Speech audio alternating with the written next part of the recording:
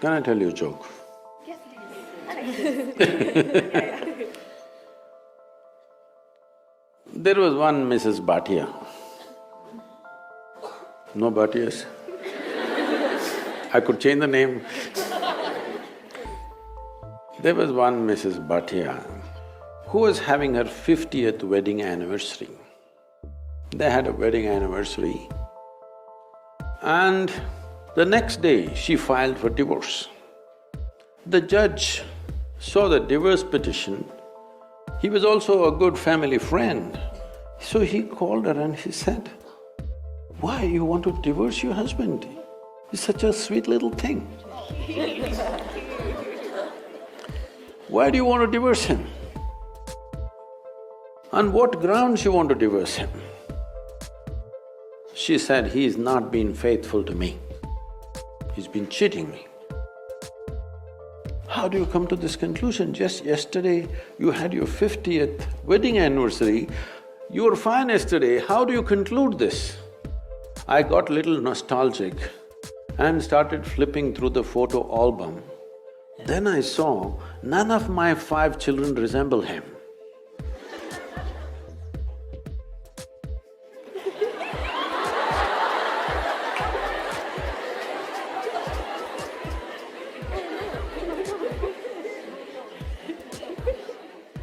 So, right now, do you remember how your great-great-great-great-great-grandmother 10 generations ago looked like? You don't. But her nose is sitting on your face right now. Your body remembers, yes or no? Yes. Your body remembers even the skin tone of your forefathers 1,000,000 years ago, it still remembers, not forgotten. So what you're calling as my body is an enormous amount of memory, isn't it? What you carry in your brain as memory is minuscule. What you carry in your body, there is evolutionary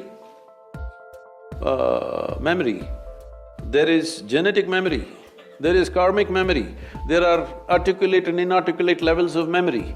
There is so much memory. You think you know how to walk right now, please understand only because your body has built up that memory. If your body forgets, you won't be able to walk. So, the amount of memory for every simple thing that you do, you know what to eat, what not to eat, how to eat, you must put it in your mouth, not in your ears. This may look funny, but you would not know if you don't remember. So, your body is a repository of tremendous amount of memory and it's picking up all the time. If you walk from here to here, there may be 50 different kinds of mild smells. You may not consciously notice, but the body is picking it up and it recognizes. All the time it's recognizing, that's how you know what is good smell, what is bad smell, this is this smell, that is… You recognize the different aspects of sound, smell, this, that, because constant recognition is happening. So this body memory, traditionally in this culture, we call this as runanubandha. That means physical memory that you build. You can either consciously build your physical memory or you can simply take in wild amounts of memory and go through lots of physical confusion. So wherever there is impact, I don't know if you still have these things, maybe in your generation is gone, but still there will be people in Bangalore city, if you ask them to… if you try to give them salt, they won't take it, they'll say, keep it there.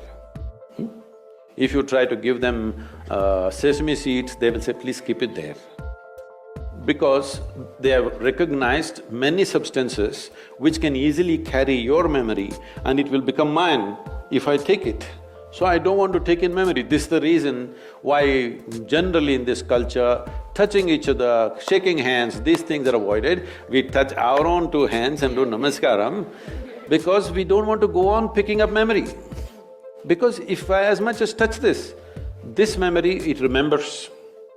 You try this with 4 of your friends, you touch their hands. Don't try to consciously remember, every day touch their hands, forget about it.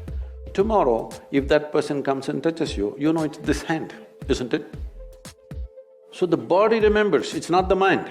The physical body remembers, this is called as runanubandha. When there is a sexual interaction, or there is any kind of intimacy which involves thought, emotion and body, the amount of memory that is left in your system is very big. It is from this context they said you must keep this as simple as possible. There are other aspects where in certain tantric process and all they're involving, they are preparing themselves for years to distance themselves from the body in such a way that the body doesn't pick up anything from anywhere. This is being done like a sadhana, not as sexual promiscuity. So, the question is not of morality, the question is of what is it that you want to do with yourself in your life. If you want to be in such a way that in your life, your inner intelligence will be the most dominant thing in your life, not your physical body, then you must keep the body's memory as simple as possible.